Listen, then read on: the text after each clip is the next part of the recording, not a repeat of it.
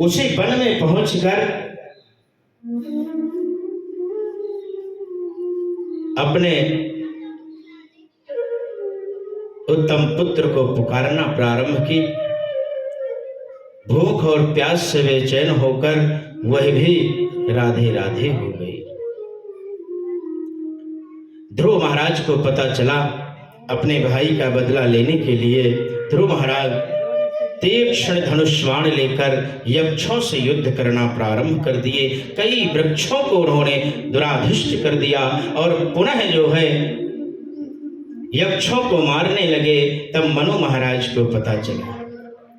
मनु महाराज जो है, जैसे ही उन्हें पता चला, मनु महाराज ध्रुव महाराज के पास आए और ध्रुव महाराज को शांत किया। ध्रुव महाराज से कहते हैं मनु महाराज कि ध्रुव, राजा को युद्ध करना अशोभनीय है, यक्षों को मारना अच्छी बात नहीं है। यह तो प्रारब्ध है। जहां पर जिसकी मृत्यु लिखी हुई है, जिसको जहां पर जन्म लेना लिखा हुआ है, वो उसी स्थान पर महाराज पहुंच जाता है। गुरुदेव कहते हैं, राजन, एक बार देवताओं की सभा लगी है। देवताओं की सभा में सभी को बुलाया गया।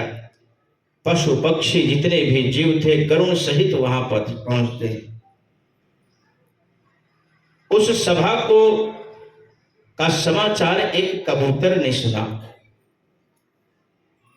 जब कबूतर ने सुना तो वह भी उस सभा में पहुंच गए और उस सभा में पहुंच रास्ते में जा रहे थे। सभा काफी दूर थी, थक गए थे। एक जगह विश्राम करने लगे।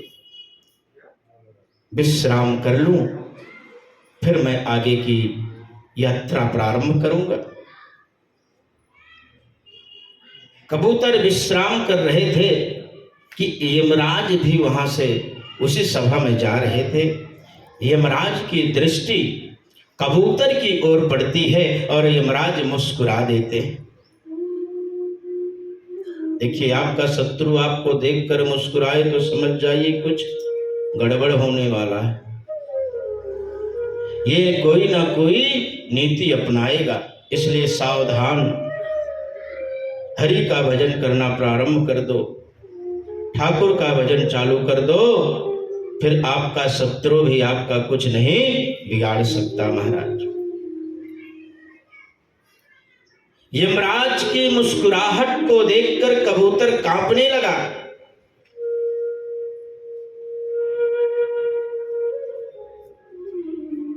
गरुड़ महाराज आ रहे हैं। गरुड़ महाराज ने कबूतर को देखा, दृष्टिगोचर किया और पूछा कि पक्षीराज कबूतर, आप यहां क्यों बैठे हैं? बोले, मैं देवताओं की सभा में जा रहा था, पर यमराज की दृष्टि मेरे ऊपर पड़ गई है। और यमराज की दृष्टि पड़ने के बाद उसने हंसा और उसके हंसने का कारण मुझे कुछ समझ नहीं आया, पर मेरे अंदर एक भय उत्पन्न हो गया। हे गरुड़ जी, मुझे ऐसा लगता है कि अब मेरी मृत्यु निकट आ गई है। अब मेरी मृत्यु निकट आ गई है, मुझे भय लग रहा है। मैं क्या करूं? मृत्यु के अंतिम समय में जीव को क्या करना चाहिए? गरुड़ जी, मुझे बताइए ना। गरुड़ जी कहते हैं, तुम चिंता क्यों करते हो? चलो, मैं तुम्हें 7 समुंदर पार छोड़ देता हूं। बड़े ध्यान से सुनिए। 7 समुंदर पार तुम्हें मैं छोड़ देता हूं, चिंता मत करो। यमराज तुम्हें पाएगा ही नहीं। तुम्हारी मृत्यु आनी भी होगी तो वो नहीं आएगी। गरुड़ के ऊपर कबूतर विराजमान हुआ और 7 समुंदर पार गरुड़ ने कबूतर को छोड़ दिया। यमराज महाराज देवताओं की सभा से वापस लौटे हैं। घड़ी देखा कि कबूतर का समय आ चुका है, लेकिन कबूतर अभी यहां बैठा है। ये 7 समुंदर पार कब जाएगा और कब इसकी मृत्यु होगी?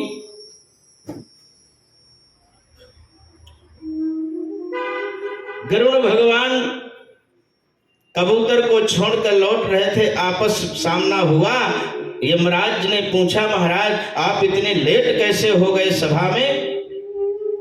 कहने लगे, क्या बताएं महाराज, आपकी दृष्टि बड़ी दुखदाई है और आप हंसा ना करो किसी पर, क्योंकि आपके हंसने से ही आधा जीव शरीर जो है समाप्त हो जाता है, सूख जाता है।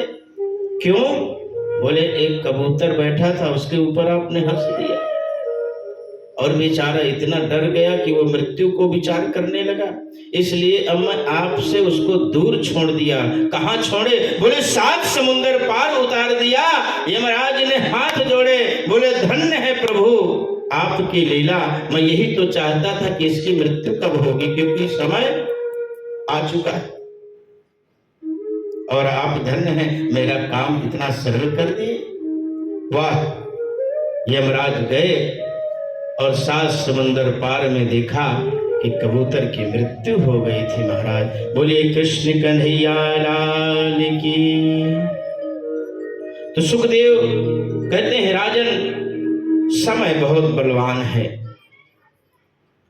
जिसको जहां पर जो होना है वो व्यक्ति वहां पहुंच ही जाता है, चाहे उसका मित्र छोड़े, चाहे उसका शत्रु छोड़े, चाहे उसका बैरी छोड़े, चाहे उसके रिश्तेदार छोड़ दे।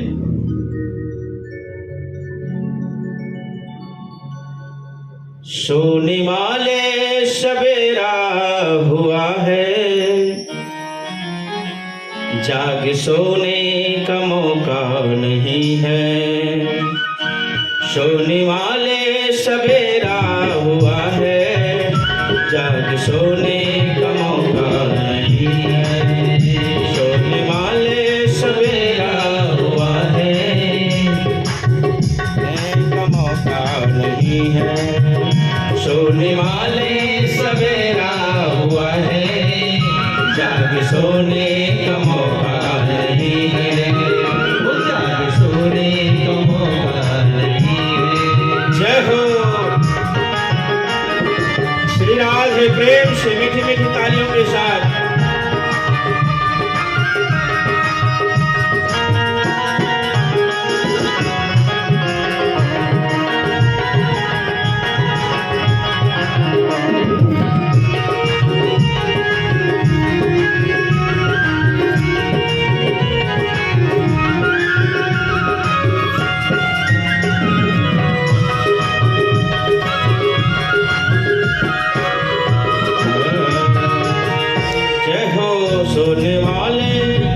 सोने वाले सवेरा हुआ है, जाग सोने का मौका नहीं है।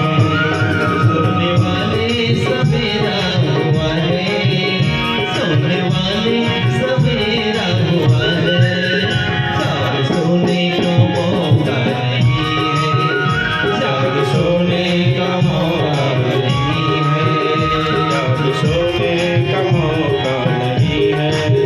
श्वास अनमोल प्रभु ने जो दी है, श्वास अनमोल प्रभु ने जो दी है, इन्हें यूं ही गंवाना नहीं है। श्वास ही गंवाना नहीं है, यूं ही गंवाना नहीं है, इन्हें यूं ही गंवाना नहीं। और सुनो, तुम जगत में आए हो तो कुछ अच्छा करके जाना है, इसलिए तुम्हें संत जगा रहे हैं। ये मत सोचो कि अब हमें सोने के लिए मना कर रहे हैं। आप सोइए, लेकिन सोते समय भी अपने ठाकुर जी को स्मरण करते रहिए। सोते समय भी, जिससे कि रात्रि में तुम्हें फिर से ठाकुर जगाएं कि सो मत, मेरा स्मरण करते रहो। कैसे? एक एक समय आपका कीमती है अपने परिवार के लिए। कीमती है समय तेरे जग में, कीमती है समय तेरे जग में। श्वास खोने